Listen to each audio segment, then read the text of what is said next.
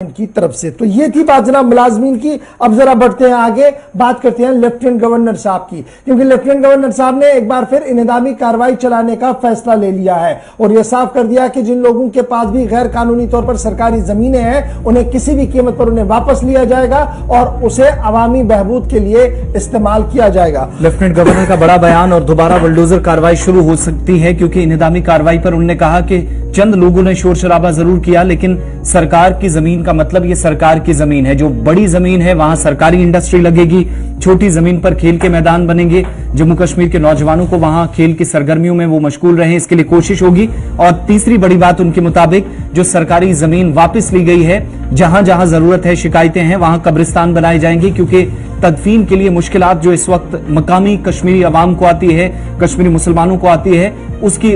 उनकी वो परेशानी जो है वो दूर कर दी जाएगी और इंहदामी कार्रवाई जल्द दोबारा शुरू हो सकती है। इसका इशारा खुद लेफ्टिनेंट गवर्नर ने कर दिया, जिनके मुताबिक अभी बहुत सारे लोगों के पास सरकारी जमीन है जिसको बाकी लिया जाएगा। इतना ही नहीं, यहां तक उन्होंने कह दिया कि अब सूरत हाल पहले वाली नहीं, 5 अगस्त 2019 को तारीखी फैसला भारत की पार्लियामेंट ने लिया और उसके बाद से यह कार्रवाई मुमकिन हो सकी है। और जिन लोगों ने कई बरसों तक के लिए अपने चाहने वालों के लिए, अपनों के लिए जमीनें अपने नाम करा रखी थी, उनसे वापस ली भी गई और ली जाएंगी, क्योंकि अब हड़तालों वाला दौर भी खत्म हो चुका है और कवानीन के मुताबिक कार्रवाई जारी है। एक समय था जब 200 दिन हड़ताल में बीतते थे, अब 200 दिन स्कूल और कॉलेज चलते हैं। अब 10,000 की संख्या में भारत का तिरंगा लेकर पुलवामा और त्राल में, शोपियां में भी लोग भारत माता की जय का नारा लगाते हैं। तो एक बड़ा बदलाव पिछले 3 वर्षों में हुआ और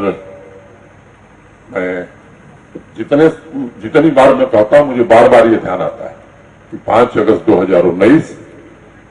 जम्मू कश्मीर के लिए एक ऐसा दिन था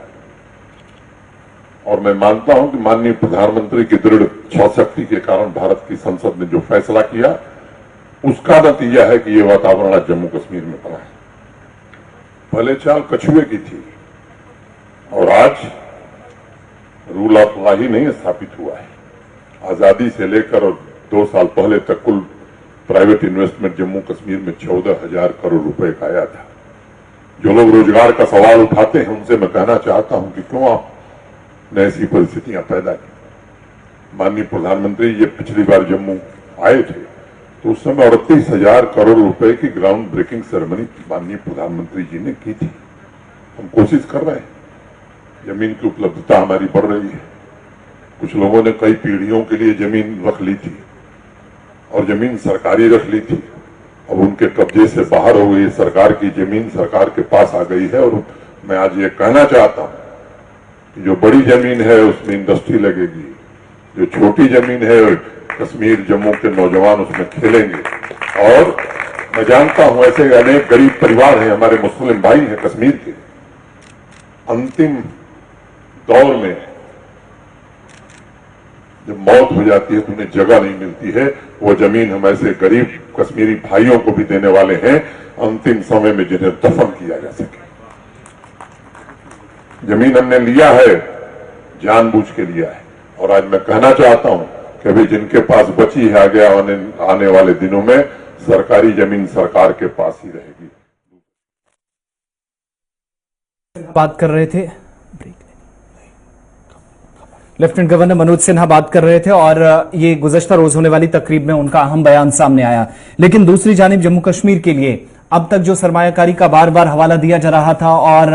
50,000 करोड़ से ज्यादा की सरमायाकारी का जम्मू कश्मीर इंतजामिया ने फिर ऐवान के अंदर हुकूमत की जानिब से नई दिल्ली में इस सेशन में भी तफसीलात शेयर की गई। उस हवाले से जो एक पहली कोशिश के तौर पर ये देख सकते हैं कि पहले जम्मू के अंदर कई बड़े अस्पतालों ने अपना काम शुरू किया, जहां पर आने वाले दिनों में आप देखेंगे इन प्रोजेक्टों पर काम मजीद तेजी से जारी है। लेकिन वादी कश्मीर में अपनी नौयत का पहला, जहां पर यूएई की जानिब से सरमायाकारी की गई और ऐसा शॉपिंग कॉम्प्लेक्स या जो तिजारती कॉम्प्लेक्स है वो तैयार किया जाएगा और 250 करोड़ रुपए की सरमायाकारी यहां पर करने के साथ साथ आईटी टावर्स और इसके अलावा शॉपिंग कॉम्प्लेक्स तैयार किया जाएगा। लेकिन सबसे इंपॉर्टेंट चीज इन फंक्शंस की, जहां पर जम्मू कश्मीर के अंदर पहली इस तरीके से इन्वेस्टमेंट का एक बड़ा हिस्सा शहर श्रीनगर के अंदर जिसको सर्व करने की तैयारी की गई,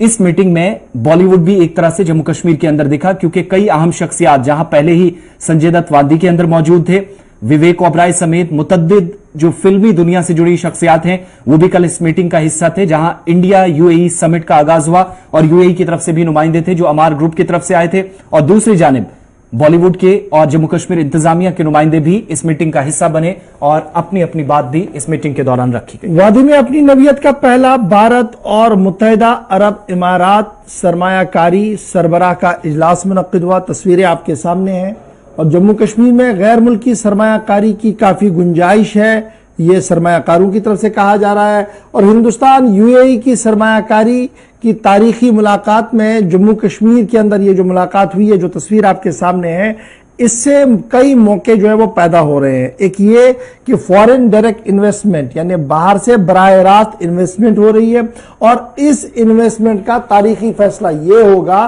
कि इससे एक तो इंफ्रास्ट्रक्चर यहां पर खड़ा होगा, दूसरा ये कि इससे रोजगार की गुंजाइश भी पैदा होगी। और कल खुद सरकारी तौर पर जो एदाद शुमार दिए गए हैं उससे ये बात और इस बात का अंदाजा लगाना मुश्किल नहीं है कि किस तरीके से सरकार अब उस बड़े मंसूबे को हाथ में ले रही है जिसमें गैर मुल्की सरमायाकारी को यकीनी बनाया जा रहा है जम्मू कश्मीर के अंदर। लेफ्टिनेंट गवर्नर मनोज सिन्हा ने श्रीनगर में इंडिया यूएई सरमायाकारी इजलास से खिताब किया और मुत्तहिदा अरब इमारात और मुल्क भर के कारोबारी मंदूबीन से